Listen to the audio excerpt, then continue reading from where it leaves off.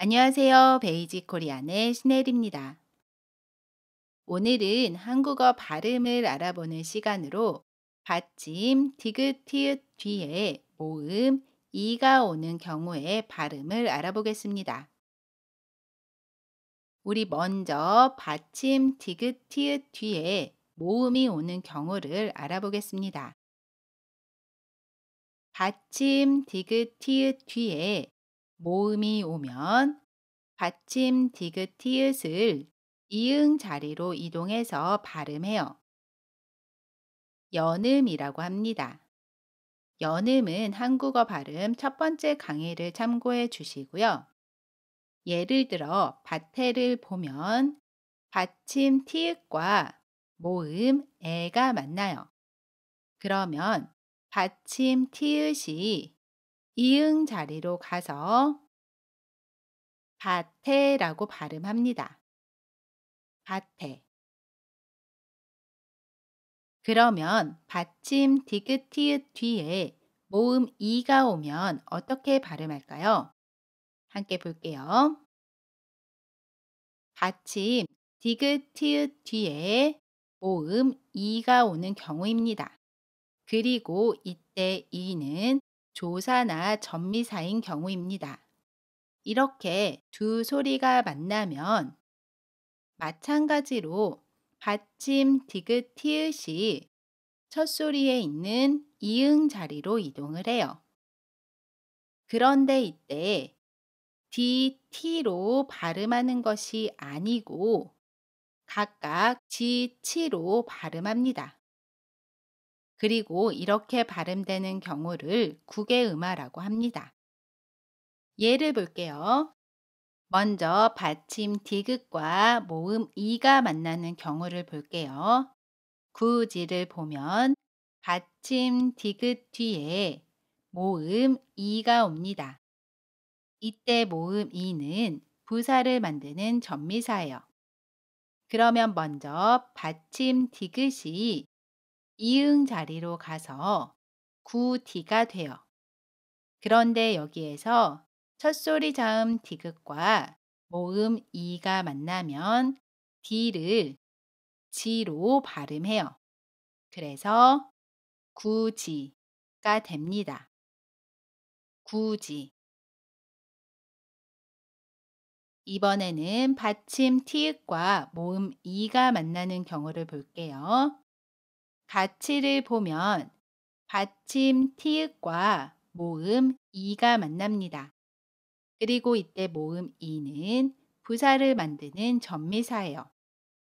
그러면 먼저 받침 티읕을 이응 자리로 옮겨서 가티가 돼요.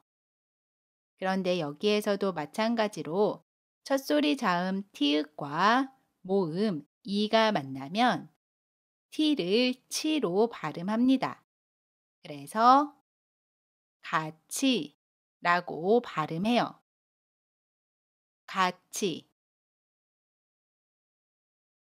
그런데 발음에는 언제나 예외사항이 있지요. 예외인 경우를 볼게요.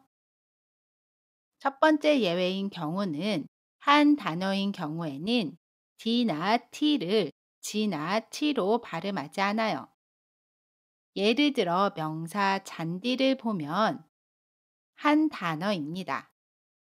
이때 첫소리 자음 디귿과 모음 이가 만나도 잔디라고 발음해요. 잔지라고 발음하지 않습니다. 또 다른 예 볼게요. 동사 디디다입니다. 디디다는 한 단어예요. 첫소리 자음 디귿과 모음 이가 만나도 디디다 라고 발음해요. 지지다 라고 발음하지 않습니다. 그리고 또 다른 경우는 단어와 단어가 결합된 경우에도 D나 T를 G나 T로 발음하지 않아요. 예를 들어 혼이불을 보면 홑이라는 단어와 이불이라는 단어가 결합해서 만들어진 합성어예요. 이때 받침 티읕과 모음 이가 만나지요. 그래도 호치불이라고 발음하지 않습니다. 혼이불이라고 발음해요. 좋습니다. 우리 그러면 예문 보면서 조금 더 발음 알아볼게요. 해돋이를 보러 가요. 어떻게 발음하죠? 해돋이를 보러 가요. 해돋이를 보러 가요. 밭이 넓어요. 어떻게 발음하죠? 밭이 넓어요. 밭이 넓어요. 굳이 밭에 같이 가야 해요. 어떻게 발음하죠? 굳이 밭에 같이 가야 해요. 굳이 밭에 같이 가야 해요. 이번 시간 퀴즈입니다. 아래 문장 어떻게 발음해요? 댓글에 남겨주세요.